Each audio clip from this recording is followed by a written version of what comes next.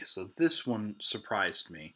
Joking about checking books off our Bible list, your bingo sheet, right, of books we haven't talked about yet. Somehow we have not talked about First Thessalonians, and I'm as shocked as you are, actually. I could have sworn we went in there, but we didn't. I checked it. So, welcome to First Thessalonians. It's a book that centers on mortality and lots of other fun stuff. But I turn us to First Thessalonians. So easy to say fast, too. First Thessalonians, get the F and the TH back to back. It's a struggle. First Thessalonians, chapter 5. Chapter 5, I'm in verses 12 through, well, the end of the chapter, really. But specifically, we're in the section in 12.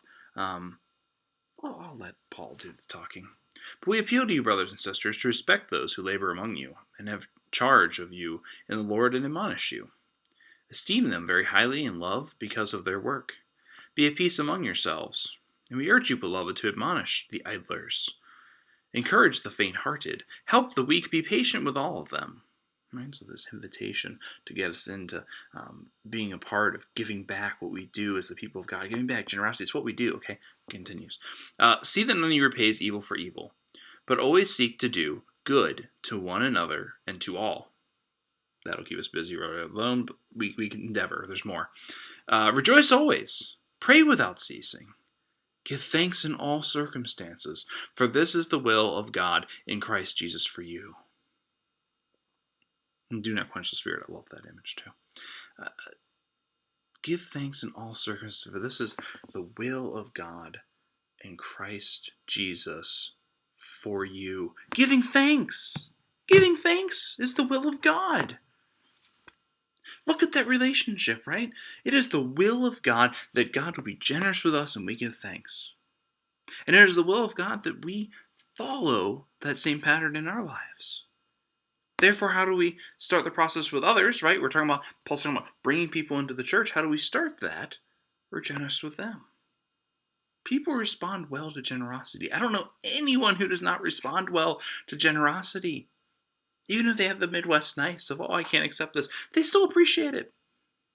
Generosity is a language that speaks to all humans' hearts. Not repaying evil for evil, but repaying with love, repaying with generosity, right? So God is generous with us, we give thanks. If we are generous with others, they will give thanks. God shows us the way. God lived the way, and God calls us to follow in that path. When we are generous, lives are changed. Don't forget that. It's easy to forget that with all of the numbers and the bills and the maybe we don't see the end results all the time. And your pastor and your leaders and everyone involved in the church, we should be better at sharing that story, and we will be. We will be. 2020 has made it different, but we're learning, right? That we got to share the story of how lives are being changed by following the simple divine formula of generosity and thanksgiving. Paul gets it. According to Paul, obviously God gets it. It's God's will. Now we get to get it. We get the chance, right? I mean, he's writing to Thessaloniki. Being a Christian this time was not easy. Forget COVID. They're actually being persecuted, executed, tortured. They have to hide even who they are, right? They're high stakes. And yet Paul's asking these people to live in this way, to be thankful, to be generous.